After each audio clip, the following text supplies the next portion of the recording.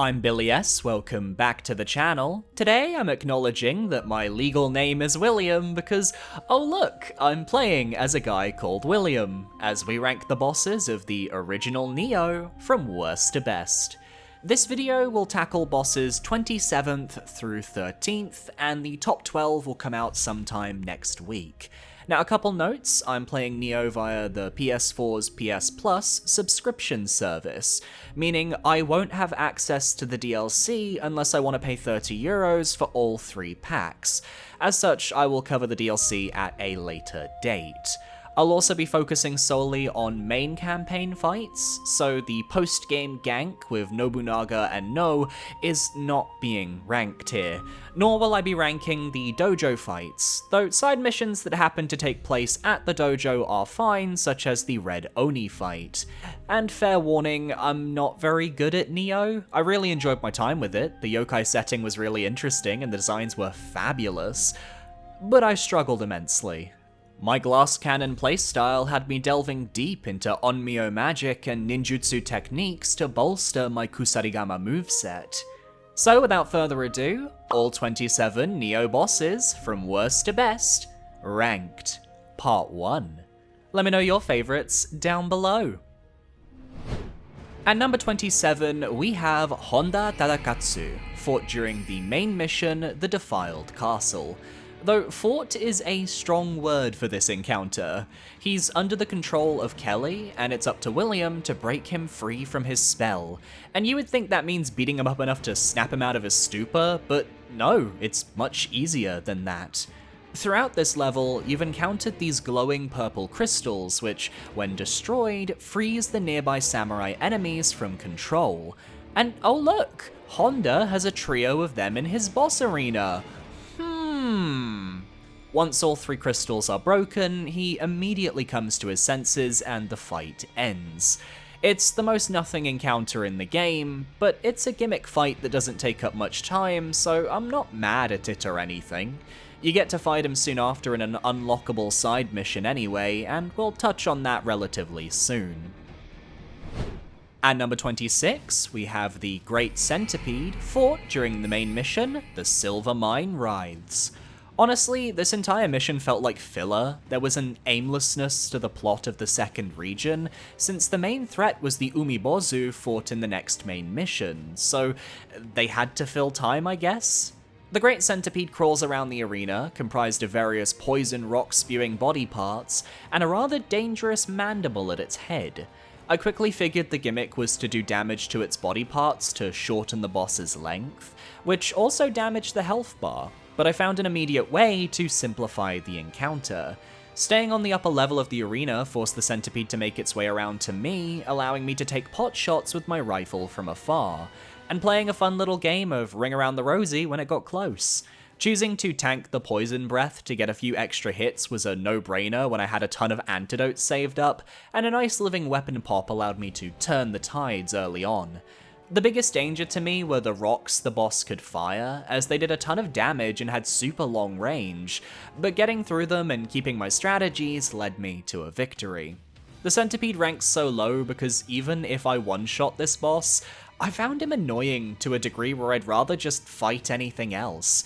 Give me a cool supernatural yokai with an awesome weapon over a giant insect any day. At number 25, we have Derek the Executioner, fought during the tutorial mission at the Tower of London. Looking back, having played the whole game, Derek is a simple man with a simple mission: swing his axe and charge forwards. If you have any concept of dodging, you'll be able to handle his first phase, and once he turns into his yokai form courtesy of Kelly, Derek only gets a short amount of time to let loose. This is because once you do enough damage to deplete his ki meter, you'll receive enough Amrita to charge your living weapon, which immediately ends the fight in a cutscene. At least Derek killed me once or twice while I was learning the controls. I'm not a particularly skilled player, so I don't mind admitting that, and that's partly why he ranks above our previous 2 entries that I one-shot. He's just an axe Oni with a charge, and that's okay. At number 24, we have Honda Tadakatsu, fought during the side mission, the Champion of the East. Our rematch against Honda is already here, and that doesn't bode well for him, does it? I was expecting Honda to put up a bit of a challenge, and to his credit, he did kill me a few times. I tend to get greedy with my hits, and I'll often charge into enemy combos thinking I can stagger them out of their attacks with my own. But that just didn't work with Honda. When he's feeling aggressive, his spear can be pointy and brutal, but 90% of the time, he's incredibly easy to dodge around, leading me to almost beating him on my first try.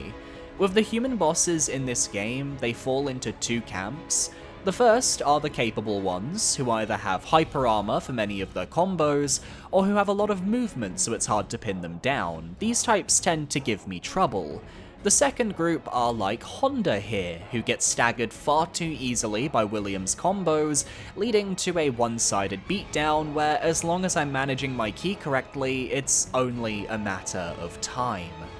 A lot of this comes down to their given guardian spirits, which can either drastically change a fight, like Tachibana Munashige's lightning doggo, or in the case of Honda, it just stops him staggering as easily. But his moveset is still the easiest to take advantage of because of its forward momentum from the spear, so do with that what you will. At number 23, we have Tachibana Munashige, fought during the main mission, the Spirit Stone Slumbers. My first proper samurai versus samurai fight in Nioh. The difficulty here comes from the fight being so early on in the game, to the point where you don't have your skill set from later to fall back on. As such, my goal with Tachibana was to make use of my new talismans to weaken his defenses and attacks respectively. He's not as strong as his side mission, because here, you're not actually fighting Tachibana, you're fighting Kelly, who is using Tachibana's form. He very rarely uses his Guardian Spirit, which means you don't have to deal with his lightning-infused weapon aside from one combo, and the dog is easy to avoid if you keep running. His challenge, at least for me, came from timing the dodges to his long special attacks. Now, if I were to play this game again, I'd probably have a much easier time now as I've adapted to Nioh's gameplay, but god, I sucked at avoiding even the most telegraphed of attacks because I just liked being in high stance, which gives the lowest amount of invincibility frames between dodges. Ultimately, I won this fight through a serious use of my ninjutsu and onmyo magic to come out on top, and that's not a problem for me. I really like how open-ended and fleshed out the skill trees for these systems were, and I had a lot of options at my disposal. Now, Tachibana's side mission boss fight, we'll get to him next week. At number 22, we have Lee Naomasa, fought in the side mission, the Red Oni of the Lee. Sure, you fight him in the dojo, but his side mission is on the world map, so he makes it on the list. It's not that Lee is a bad fight or anything, he's just a little unmemorable compared to a lot of the other samurai in the game, which is ironic given his very distinct red armor and his fairly aggressive playstyle. Unlike Honda, who also uses a spear, Lee gives William no chance to breathe, with the player needing to either dodge through his attacks to get opportunities, or do what I did and cheese the living hell out of the fight. By going into mid-stance with my Kusarigama, I'd press square twice to do the first two large swings of the weapon.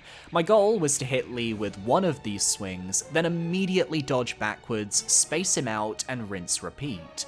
It's an incredibly slow, tedious affair, but it got me results. Though he was good at countering this strategy anytime he broke through my defenses, his Guardian Spirit can create conal bursts of fire in front of him which often caused me to retreat, allowing him to make up more ground.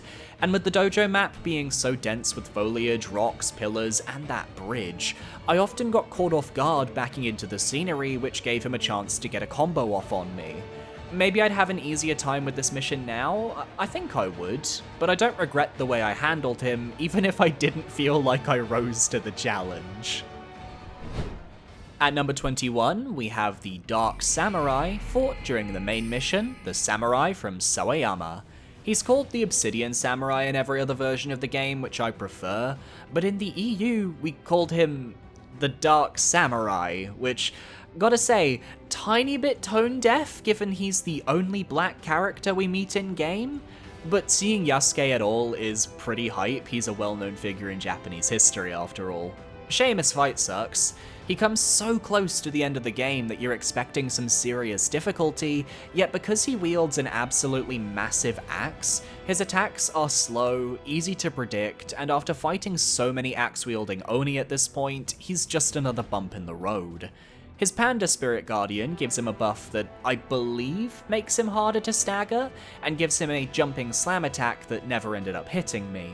The only threatening aspect of this fight comes at half health, when he begins swapping between his giant axe and his faster katana. This caught me completely off guard, and I was put on the defensive due to its surprisingly high damage output. But it's all about spacing him out until he switches back to his far easier axe moveset. At least he's got a fun arena, and his weapon switching can cause a few problems for the player, but beyond that, this boss fight just doesn't do anything for me. At number 20, we have Kelly, fought in the main mission, the Demon King Revealed. And I'm weirdly unsurprised that Kelly ended up being such a pushover. He doesn't have a lot of ki, and most of his dangerous attacks involve tricking William in some kind of way. For example, he'll always teleport right before attempting to land a grab on you, which, if it hits, will rip out some of the power of your Guardian Spirit so he can use it himself. I had Kato equipped because I'm a basic bitch, and he always used a massive fire spell after the grab. I'm curious if that changes based on the element of your spirit or not, please let me know in the comments. Beyond this, Kelly has his spear, which is easily avoidable, a couple sword swings, which are easily blockable, and a snake, which he can send after you like a projectile. He's also got a wind gust attack if you stay too close, but ultimately Kelly just doesn't have the skills to be a big pain in my side. He got one very lucky kill right when I had him on 1 HP remaining, which I wanted to share with you, as I believe in showing my shame. I thought I cornered him, but it was he who cornered me. Ultimately, his ki is so easy to break through that using any combo of any weapon will get you that stagger and eventual finishing damage. Kelly just can't hack it on his own, always using other people's powers to bolster his threat level, and that comes to a head when we defeat him and he yeets himself off a cliff to summon the final boss. I'm just glad we got to finally beat down on this smug British prick. At number 19, we have Otani Yoshitsugu, fought in the main mission, Sekigahara. He's the first of 2 boss fights in this chapter, and he's definitely the easier of the 2. But I have to say, I adore his design. The way he floats menacingly through the air, the tassels of his headpiece forming the wings of a moth, and his goofy antennae at the top really bring this look together. As far as his combos go, he uses dual swords, but his attacks don't start out with a lot of reach. A simple backstep can be enough to avoid most of his swings, and while I believe he's supposed to buff himself at half health, which he does do in a future side mission encounter, I didn't experience it here in Sekigahara. At half health, his most dangerous ability are his charge attacks that he can chain together to do massive damage if you're not careful. But ultimately, you can block them, you can dodge them, and because he floats in the sky, he's got a weakness towards throwable items like kunai and shuriken, which can deplete his ki. Basically, Otani has a lot of weaknesses and not a lot of strengths. Which makes sense, he's not the actual tough boss in the mission, and is here to merely waste as much time as possible for his lord. I just think his presentation and design leaves him above those below on the list. At number 18, we have Jorogumo, fought in the main mission, Spider Nest Castle. I was so blissfully happy playing Nioh up until this mission, and then the moment those giant fucking spiders got introduced and my arachnophobia flared up faster than me eating a chocolate bar, it wasn't pretty. At least with Jorogumo though, the Dryder style nature of her design meant it didn't trigger my fears as much as the giant spiders in the main level. Depending on whether you collect all 6 Hirogumo fragments throughout or not, you'll have a slightly different experience with Jorogumo. If you don't collect the fragments, she has leg armor that protects her body which you need to shatter. Collect the fragments though, and that armor is removed from the very beginning of the fight, allowing you a much easier time attacking the main body. Jorogumo is just very weak to being ran around, as her weak spot is the massive bulbous spider ass, and damaging it stuns her for a few moments. What I like about the boss though is how she'll then use her spider legs to cover that spot, which changes up her moveset for a little while and forces you to face her front. Here, she reveals the ancient Japanese art of breakdancing, and it honestly made me laugh, a great way to heal the trauma of the level I just went through. She's not hard, her webbing might get you slowed down enough to take a few hits, and her spit attack can do just enough damage to put you in danger, but in comparison to other female yokai spirits like Yuki Onna or Hino Enma, she's much easier and less likely to kill you. Now please, no more spiders, por favor. At number 17, we have Ishida Mitsunari, fought in the main mission, A Defiled Holy Mountain. Based on the opening cutscene for this fight, it gave me the impression Mitsunari was going to be a large, monstrous yokai fight. Then it starts, and he's just human-sized and kinda cute. Then he immediately whips out his guardian spirit to start throwing around massive wind slices across the arena. Except, he's got the high ground, and that means all the attacks are too high to hit William. Part of me thinks this was a purposeful choice so that we could see Mitsunari's strongest attack and plan accordingly, while punishing people who just run in straight away. But a part of me thinks that the devs just didn't pay enough attention to the arena layout. Because he uses wind as his element, I brought in my electric talismans and built up that status effect to high heaven. He did catch me off guard on my first run, I just wasn't fully locked in, and on my second attempt he did this really cool grab animation on me, but the damage I took I made up for with my living weapon. Mitsunari has all the promise of a really strong fight, and he has a lot of very flashy attacks that I normally go nuts for. Even this special grab involving his guardian spirit that picks you up and pile drives you into the ground, which ended one of my runs. But Mitsunari just doesn't have the health or the ki to compensate for his moveset. As long as you have a decent damage dealing weapon and you're able to dodge a couple of attacks to get back some hits, Mitsunari can't do much to stop you, and his own attacks drain his ki so fast that he's arguably doing more damage to himself than you are. He's like me, a glass cannon, but he's just a little too fragile for such a late game fight, and that's what lands him down here. I'd love to fight him again, but with the proper health pool to have the fight last longer than a minute. At number 16, we have Gasha Dokuro, fought in the main mission, The Source of Evil. While this is a boss fight, the whole level is really a build-up to the Gasha Dokuro, a yokai born from the corpses of those who fell in Sekigahara. The first half of the mission sees you exploring the battlefield, purifying the large crystals that give the boss its power. It can spot you at certain points, leading you to needing to take cover until Hanzo's ninja are able to regain its attention, and then you rinse and repeat until all 3 crystals are purified. Then you drop into the main pit, and the actual boss begins. It's a classic case of a gimmick fight where the boss has a series of weak spots on its major limbs. You start with the legs, attacking them to the point where you stun the boss while dodging stomps, and once stunned, you need to make your way to the top level of the pit to do damage to the head.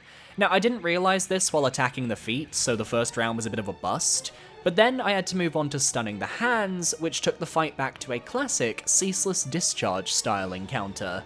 Dodge the hands when they slam down, attack them for damage, then climb up to the highest point and wail on the head.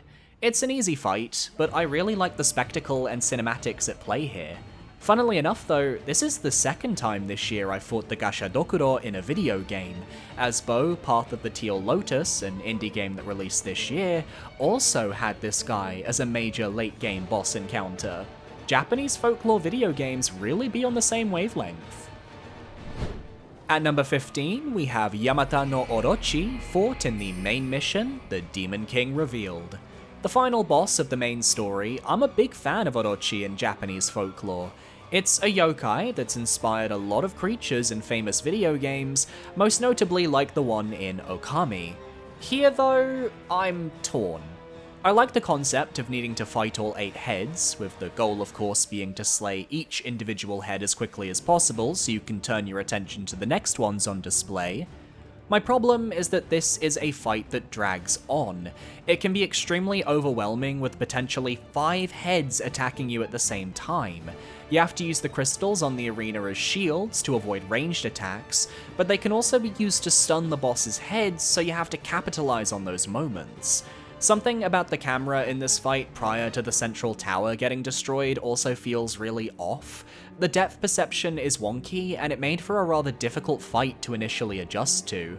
The actual heads don't do much. They have a sweep attack, a bite grab, and ranged projectiles ranging from beams to orbs to elemental attacks. You've got the whole platter. I tried to work my way clockwise around the arena, killing each head as I went, but by the time we reached the last one, I was barely hanging by a thread. And then it revives its health bar for one final phase? Fuck you, game, that's messed up. Luckily, once one head remains, Orochi is super easy to defeat, and taking him down with a slither of health was the cherry on top of this cake. I just think getting spammed by every element known to mankind after you kill your second head is a tad too much for any player to reasonably deal with, and that is my hot take. At number 14, we have 100 Eyes, fought in the main mission, the Queen's Eyes. A post-game fight which ends with a sting for the DLC campaign, I was surprised to see just how little health 100 Eyes had and how easily he ended up going down. I love the design, the copious eyes representing how John Dee was able to see everything going on within the realm of the Queen, and his design is like that of a horrifying beholder. More Western than the yokai we're used to, which reflects Dee's Western background. His attacks also have a lot of promise. He's got a staff with a very long reach, but his main danger comes from his eye stalks. They can shoot lasers in a certain pattern, and after stunning him, he's able to release a bunch of eyes into the arena to act as turrets against the player.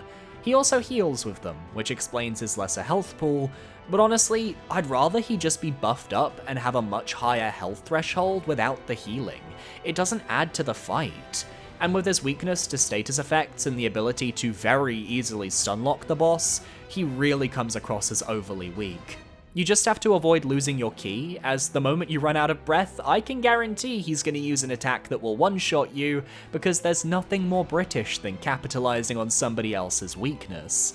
Most likely the projectile attack borrowed from the Yuki Onna fight, where they all home in on you for insane damage. That's what killed me most of the time. Yet despite this boss being a bit of a letdown for a final fight in the base game, it was more fun and traditional than those of Kelly and Orochi, and I can see how this boss could be hard on a New Game Plus or New Game Plus Plus cycle. So 100 Eyes, you can stay in the middle of the pack. At number 13, we have Onryoki, fought in the main mission, Isle of Demons. The final entry of Part 1, Onryoki is a great introductory fight that is at its hardest during this first mission. You've just arrived in Japan, you don't have any ninjutsu or onmyo techniques to bolster your skills, you're likely still trying to learn the optimal way to play the game, and there's a chance you haven't even decided to focus on a specific weapon yet.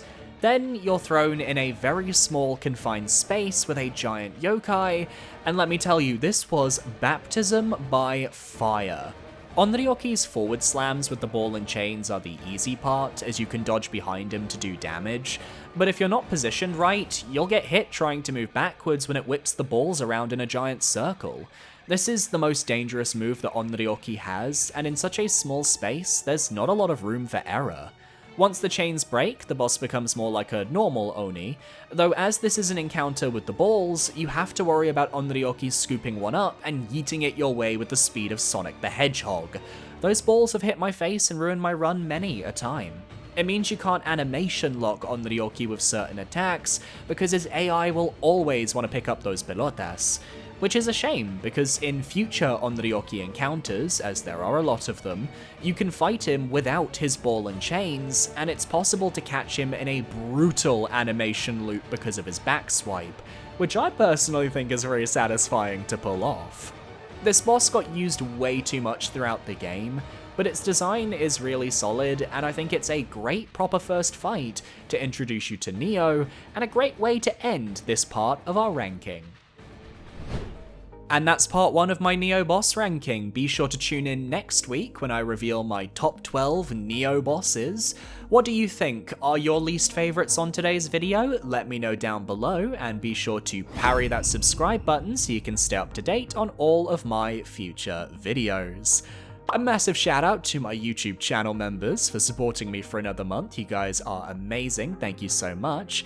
And my social medias are on screen now as well. You can follow me at Blue Sky, that is where I'm most active. It is doing really well at the moment, and I'm really happy to be there. So thank you for watching, guys. I'll see you next time, Adios.